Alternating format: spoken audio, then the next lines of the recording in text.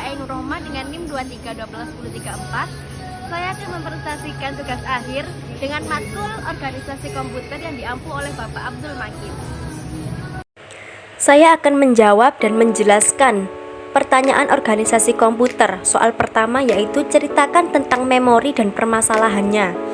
Memori dalam konteks komputer adalah komponen penting yang digunakan untuk menyimpan dan mengakses data serta instruksi yang digunakan oleh prosesor. Ada beberapa jenis memori dalam sistem komputer, termasuk RAM, ROM, cache, dan penyimpanan sekunder seperti hard drive dan CCD. Kemudian masalah pada memori. Yang pertama, keterbatasan kapasitas. Seiring bertambahnya kebutuhan aplikasi dan sistem operasi, kapasitas memori yang terbatas dapat menjadi hambatan, menyebabkan sistem melambat atau tidak dapat menjalankan aplikasi tertentu. Kegagalan memori. Kerusakan fisik pada chip memori dapat menyebabkan data korup atau sistem crash. Hal ini bisa disebabkan oleh penuaan perangkat keras, panas berlebih, atau masalah manufaktur. Fragmentasi memori terjadi ketika blok memori digunakan secara tidak efisien, menyebabkan banyak ruang yang tidak dapat digunakan meskipun total memori yang tersedia masih cukup. Kecepatan memori. Kecepatan transfer data dari ke memori dapat menjadi bottleneck jika memori tidak cukup cepat untuk mengikuti kecepatan prosesor.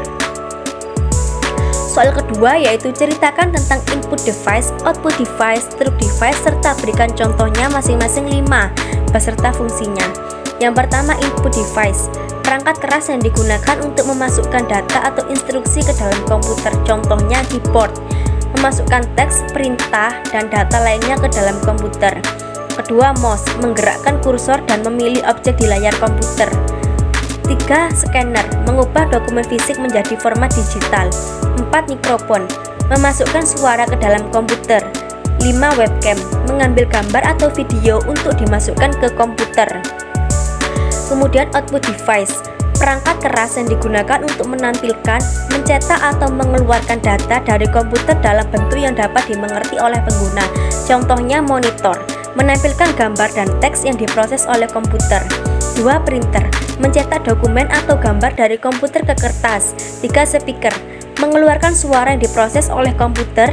4. Proyektor, menampilkan gambar atau video dari komputer ke permukaan besar seperti layar atau dinding. 5. Handphones, mengeluarkan suara dari komputer untuk didengarkan secara pribadi.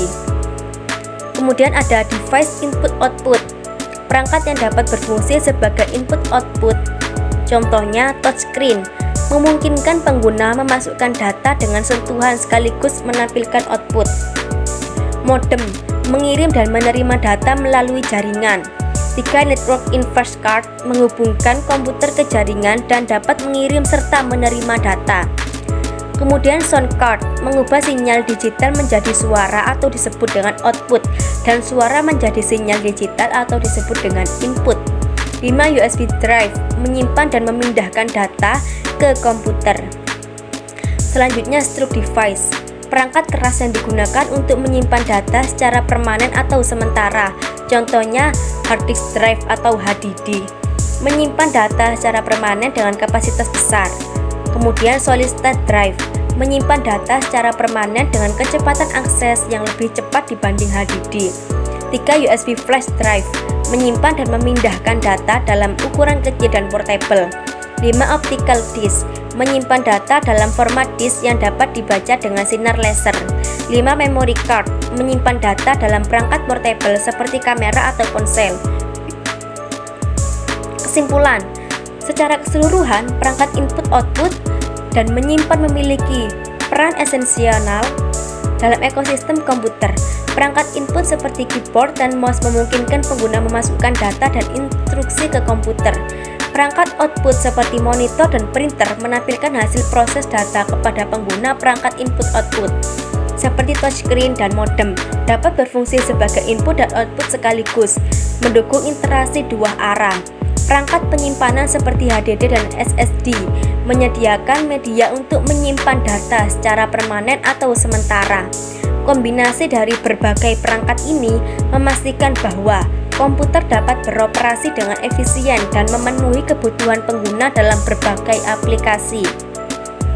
Soal ketiga, Jelaskan apa yang dimaksud dengan prosesor serta sebutkan jenis-jenis prosesor dan apa prosesor yang baik saat ini, mengapa.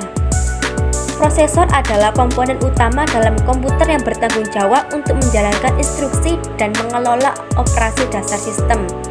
Prosesor ini berfungsi sebagai otak dari komputer, mengendalikan semua tugas dan memastikan bahwa perangkat keras serta perangkat lunak berfungsi dengan baik. Dan ada jenis-jenis prosesor berdasarkan arsitektur. Prosesor Kali86 umumnya digunakan dalam komputer pribadi dan laptop, contohnya Intel Core, AMD Ryzen 2. Prosesor ARM banyak digunakan dalam perangkat mobile seperti smartphone dan tablet, contohnya Qualcomm Snapdragon, Apple A series. 3. Prosesor RISC-V, arsitektur open source yang mulai populer dan digunakan dalam berbagai aplikasi termasuk embedded system. Jenis-jenis prosesor berdasarkan merek. Yang pertama ada Intel, ada Core untuk berbagai kebutuhan mulai dari pengguna dasar hingga profesional. Xeon biasanya digunakan dalam server dan workstation. 2. AMD Ryzen menawarkan performa tinggi untuk pengguna umum dan gamer. Threadripper untuk pengguna dan membutuhkan performa multithreading ekstrim, sering digunakan oleh profesional dalam bidang kreatif dan ilmiah. 3. Apple prosesor ARM yang dirancang khusus untuk Mac menawarkan performa tinggi dengan efisiensi daya yang sangat baik. Prosesor yang sangat baik saat ini, yang pertama Intel Core menawarkan performa single core dan multi core yang sangat baik, cocok untuk gaming dan pekerjaan profesional yang memerlukan daya komputasi tinggi.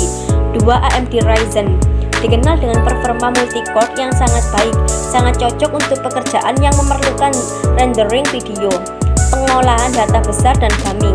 3. Apple menawarkan performa tinggi dengan efisiensi daya yang luar biasa, sangat cocok untuk profesional kreatif yang menggunakan ekosistem Apple. Mengapa prosesor tersebut baik? Karena prosesor ini menawarkan kecepatan pemrosesan yang tinggi dan kemampuan multitasking yang luar biasa, yang penting untuk aplikasi modern dan game. Kemudian efisiensi energi yang baik, mengurangi panas yang dihasilkan dan memperpanjang umur perangkat keras, dan ada inovasi teknologi. Setiap generasi baru dari prosesor ini membawa peningkatan signifikan dalam hal arsitektur, fitur keamanan dan kemampuan overclocking, kompatibilitas dan dukungan. Prosesor ini didukung oleh ekosistem perangkat keras dan perangkat lunak yang luas, memastikan bahwa mereka dapat digunakan dalam berbagai aplikasi dan platform. Soal berikutnya, ceritakan tentang sistem bus. Sistem bus adalah salah satu komponen penting dalam arsitektur komputer yang memungkinkan komunikasi data antara berbagai perangkat dalam sistem komputer. Bus merupakan jalur komunikasi yang menghubungkan berbagai komponen seperti CPU, memori, dan perangkat input-output. Ada 3 jenis utama sistem bus dalam komputer. Yang pertama, bus data, mengangkut data antara prosesor dan perangkat lainnya.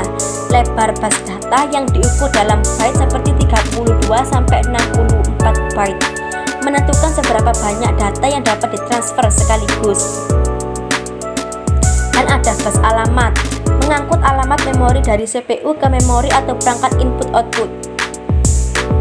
Lebar bus alamat menentukan jumlah memori yang dapat diakses oleh sistem. Dan ada bus kontrol, mengangkut sinyal kontrol yang mengatur operasi berbagai perangkat dalam komputer seperti sinyal baca atau tulis, sinyal interrupt, dan sinyal clock. Ada 2 arsitektur utama dalam sistem bus. Yang pertama ada bus paralel, mengirimkan beberapa byte data secara bersamaan melalui beberapa jalur, contohnya adalah bus PCI yang digunakan untuk menghubungkan perangkat keras seperti kartu grafis dan kartu suara. Ada bus serial, mengirimkan data 1 byte pada satu waktu melalui satu jalur, contohnya adalah bus USB yang digunakan untuk menghubungkan perangkat eksternal seperti mouse, keyboard, dan penyimpanan eksternal. Selanjutnya soal kelima, sebutkan spesifikasi komputer terbaru saat ini dan apa keunggulannya.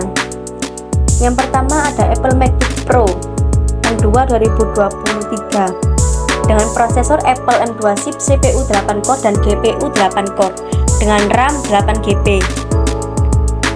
Layar 16,2 inch, keunggulannya performa tinggi untuk konten kreator, daya tahan baterai hingga 22 jam, dan konektivitas canggih termasuk Wi-Fi 6E dan HDMI.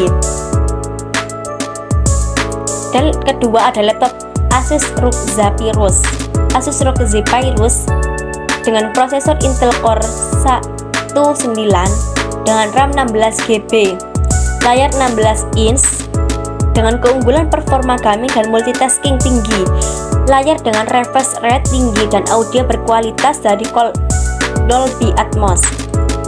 Keunggulan utama dari spesifikasi komputer terbaru tahun 2024 meliputi kemampuan pemrosesan yang lebih cepat, grafik yang lebih baik, efisiensi energi yang lebih tinggi, dan fitur-fitur yang mendukung produktivitas serta hiburan.